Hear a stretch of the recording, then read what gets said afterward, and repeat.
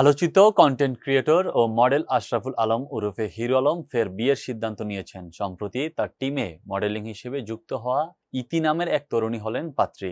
ইতিমধ্যেই তাদের মধ্যে সম্পর্ক গড়ে উঠেছে এবং সামনে যে কোনো সময় বিয়ের আনুষ্ঠানিকতা সম্পন্ন হতে পারে বলে জানা গেছে।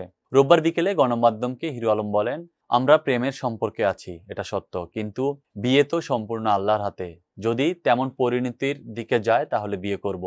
ইতিও বিষয়টি নিশ্চিত করেছেন। তিনি জানান, হিরো আলমের সঙ্গে একাধিক মিউজিক ভিডিওতে কাজ করতে গিয়েই তাদের মধ্যে সম্পর্ক গড়ে ওঠে। হিরো আলম বলেন, ইতি গাজীপুরের মেয়ে, আমাকে ফোন করে জানায় সে মিউজিক ভিডিওতে কাজ করতে চায়। আমি তাকে আমার সঙ্গে কাজে নেই।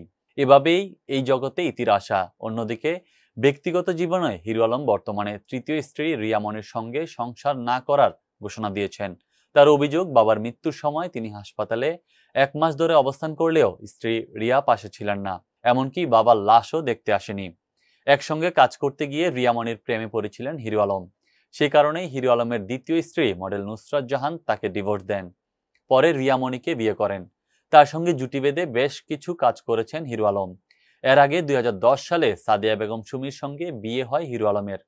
সেই সংসারে আলো ও আখি নামে 2 মেয়ে ও আভিন নামে এক ছেলে সন্তান রয়েছে। 2019 সালের 6 মার্চ যৌতুকের দাবিতে স্ত্রীকে মারধরের ঘটনায় করা মামলায় গ্রেফতার হন হিরো আলম। পরে 7 মার্চ দুপুরে বগুড়ার অতিরিক্ত মুখ্য বিচারক হাকিম আদালতে বিচারক আহমেদ শাহরিয়ার তারিক তাকে কারাগারে পাঠানোর নির্দেশ দেন। সুমিকে মারধরের অভিযোগে 6 মার্চ বগুড়া সদর থানায় মামলা করেন তার শ্বশুর সাইফুল ইসলাম। ওই বছরের 19 এপ্রিল জামিনে মুক্তি পান হিরো আলম।